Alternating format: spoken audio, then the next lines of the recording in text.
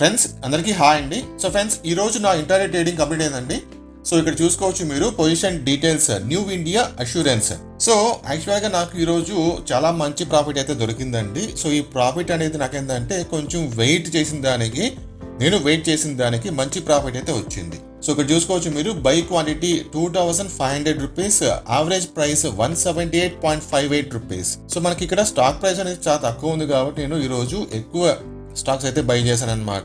So almost నేను ఈ trading సంబంధించి 7500 రూపీస్ వరకు నేను స్టాప్ లాస్ అయితే పెట్టాను. ఒకవేళ నాకు కనుక స్టాప్ లాస్ హిట్ చేసి ఉంటే నాకు అంత లాస్ అయితే వచ్చేది. తర్వాత ఇక్కడ చూడండి మనకు సెల్ దగ్గర యావరేజ్ ప్రైస్ 188.74, అంటే నేను 178 కి బై చేసి 188 కి సెల్ చేశాను. ఆల్మోస్ట్ ఒక 10 పాయింట్స్ గెయిన్ చేశాను అనమాట ఈ న్యూ ఇండియా అష్యూరెన్స్ స్టాక్ పైన. ఓకే, తర్వాత రిటర్న్స్ ఇక్కడ చూడండి 25,400 రూపీస్. సో ఫైనల్ గా మనకి ఇంత అమౌంట్ అయితే రాదండి. సో కొంచెం కమిషన్ అయితే కట్ చేస్తారు. ఎంత కట్ చేస్తారు మీకు ఈ వీడియో ఎండింగ్ లో చూపిస్తాను, వీడియో పూర్తిగా చూడండి.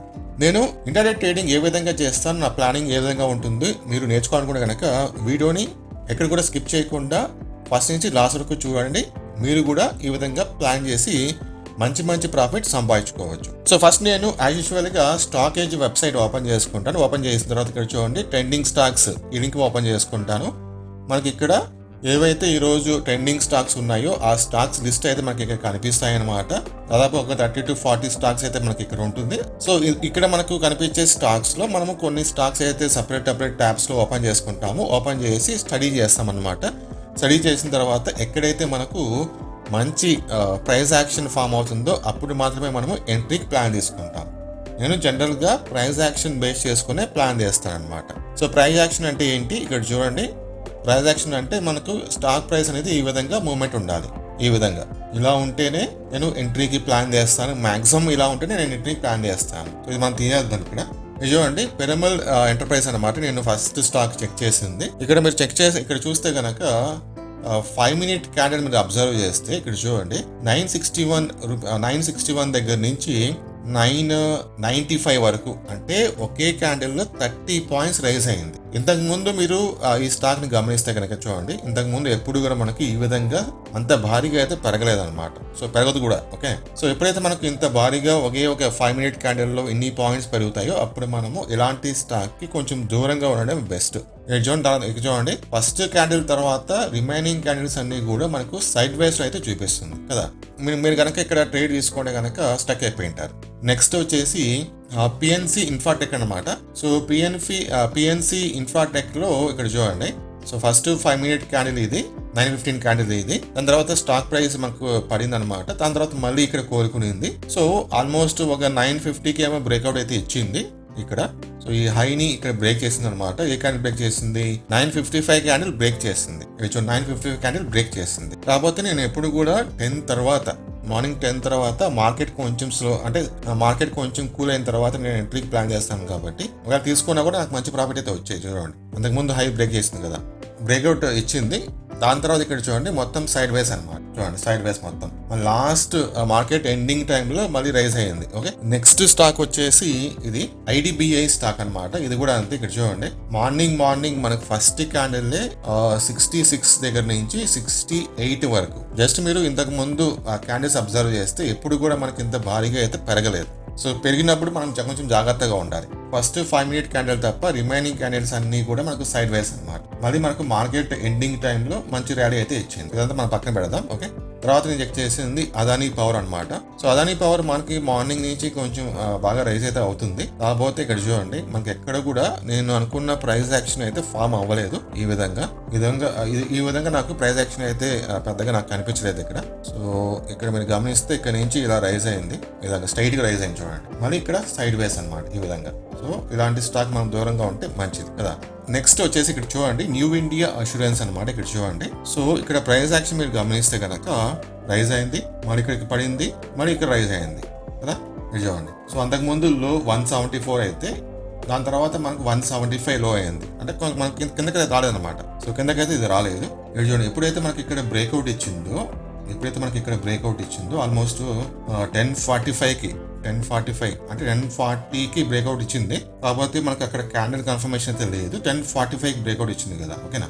సో అక్కడ ఎంట్రీ అయితే ఇచ్చానమాట 178.60 ఇక్కడ ఆల్మోస్ట్. స్టాప్ లాస్ వచ్చేసి 176 సో దగ్గర ఒక 2 పాయింట్స్ అనమాట, 2.5 అని పాయింట్స్. అంటే స్టాప్ లాస్ హిట్ చేస్తే నాకు 7,500 రూపీస్ లాస్ వచ్చేది. సో నేను యాక్చువల్గా ఇది నేను ఇక్కడ 1:2 అయితే పెట్టాను. సో ఎప్పుడైతే మనకు మార్కెట్ ఆఫ్టర్నూన్ తర్వాత ఇక్కడ చూడండి 14:30 అంటే ఆఫ్టర్నూన్ 2:30 తర్వాత కొంచెం మొమెంటం అయితే వచ్చింది అనమాట. సో ఈ మొమెంటం నేను క్యాచ్ అయితే చేశాను ఇంతవరకు. సో ఇంత అంటే ఆఫ్టర్నూన్ 3:10 వరకు మనం 3:20 వరకు మనము ఇంటర్డే ట్రేడింగ్ అయితే చేయొచ్చు, హోల్డ్ చేయొచ్చు. సో నేను 3:10కి ఏం చేశాను అనమాట, 1:3.77 రేషియోలో నాకు ప్రాఫిట్ అయితే వచ్చింది. 1:2 నేను యాక్చువల్గా స్టార్టింగ్ లో పెట్టింది. కాకపోతే ఇక్కడ మనకు ఆఫ్టర్నూన్ తర్వాత కొంచెం మొమెంటం అనేది స్టార్ట్ అయింది కాబట్టి కింద మనకు క్యాండిల్స్ కూడా కొంచెం ఇంక్రీజింగ్ లెవెల్లో ఉన్నాయి.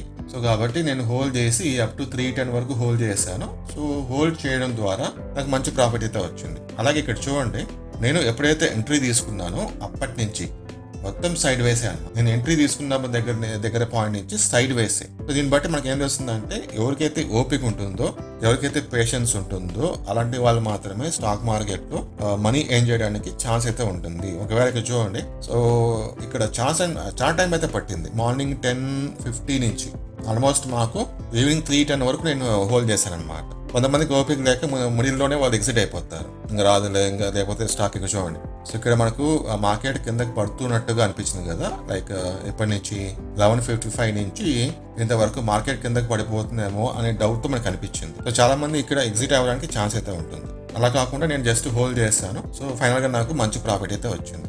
సో మీరు కూడా అలాగే చేయాలన్నమాట. ఒకసారి మనము టార్గెట్, స్టాప్ లాస్ అవి ఫిక్స్ చేసేస్తే అది స్టాప్ లాస్ అయినా ఇచ్చేయాలి, లేకపోతే టార్గెట్ అయినా మనకు రావాలి. అంతవరకు మీరు కంపల్సరీగా వెయిట్ చేయాల్సింది. సో ఇక్కడ ఏంటంటే ఇంకొక పాయింట్ మీరు గుర్తుపెట్టుకోండి. సో జనరల్గా మనం పెట్టేది 1:2 కదా ఆల్మోస్ట్, అంటే ఇది 1:2 ఓకే, ఇంతవరకు పెడతాం జనరల్గా. ఎప్పుడైతే నాకు 1:1 వస్తుందో, సో 1:1 అంటే ఇంతవరకు 1:1 అంటే. సో నేను లైన్ ఒకటి వేస్తాను, ఇది ఒక లైన్ వేస్తాను ఇక్కడ. ఇది 1:1 లైన్. 1:2 అంటే ఇంతవరకు పోతుంది, ఇంతవరకు 1:2. సో నాకు ఎప్పుడైతే ఈ 1:1 వరకు ప్రైస్ వస్తుందో అప్పుడు నేను ఇమీడియట్గా ఇక్కడ స్టాప్ లాస్ ఉంది కదా, లైక్ 176 స్టాప్ లాస్ ఉంది. నేను బై చేసింది 178. సో ఈ స్టాప్ లాస్ నేను ఇక్కడికి తెచ్చేస్తాను. ఎక్కడైతే నేను బై చేస్తానో అక్కడికి నేను తెచ్చేస్తాను స్టాప్ లాస్. మనం మోడిఫికేషన్ చేసుకోవచ్చు, స్టాప్ లాస్ మనం మోడిఫికేషన్ చేసుకోవచ్చు. సో ఇలా చేసేస్తాను అనమాట. ఒకవేళ మార్కెట్ 1:1కి వెళ్ళి మళ్ళీ రివర్స్ వస్తే కనుక నేను ఎక్కడైతే బై చేస్తానో అక్కడ సెల్ చేస్తాను కాబట్టి నాకు ఎటువంటి లాస్ అయితే ఉండదు. మాక్సిమం స్టాక్ మార్కెట్ లో లాస్ ని రిడ్యూస్ చేయడానికి ట్రై చేయాలి. అలా కాకుండా ఇక్కడ చూడండి, అంతకుముందు 176 దగ్గర స్టాప్ లాస్ ఉంది చూడండి. సో ఆ స్టాప్ లాస్ నేను అలాగే పెట్టేశాను అనుకోండి, ఒకవేళ మార్కెట్ కిందకి పడిపోతే నాకు 7,500 లాస్ వచ్చేది, అంటే 7,500 రూపీస్ లాస్ వచ్చేది. సో నేను లాస్ తగ్గించుకోవడానికి ఈ స్టాప్ లాస్ అనేది ట్రైన్ చేశాను అనమాట, అంటే పైకి పెట్టేశాను. సో మీరు కూడా అలాగే ఇది మీరు కంపల్సరీగా ప్రాక్టీస్ చేయాలి. ఫస్ట్ మీరు 1:2 పెట్టుకోండి. ఎప్పుడైతే ప్రైస్ 1:1కి రీచ్ అవుతుందో అలాంటప్పుడు మీ స్టాప్ లాస్ అనేది మీరు ఎక్కడైతే బై చేస్తారో అక్కడికి పెట్టేసేయండి. ఒకవేళ మార్కెట్ కిందకి పడినా కూడా మీకు లాస్ రాకుండా ఉంటుంది. సో ఈ పాయింట్ మీకు ఎలా అనిపించిందో కామెంట్ సెక్షన్లో మీరు షేర్ చేసుకోండి. అలాగే మీరు కనుక ఈరోజు ట్రేడ్ చేస్తుంటే ఏ స్టాక్లో ట్రేడ్ చేస్తారో, మీకు ప్రాఫిట్ వచ్చిందా, లాస్ వచ్చిందా, ఎన్ని షేర్స్ బై చేస్తారు, మీరు కామెంట్ సెక్షన్లో షేర్ చేయండి.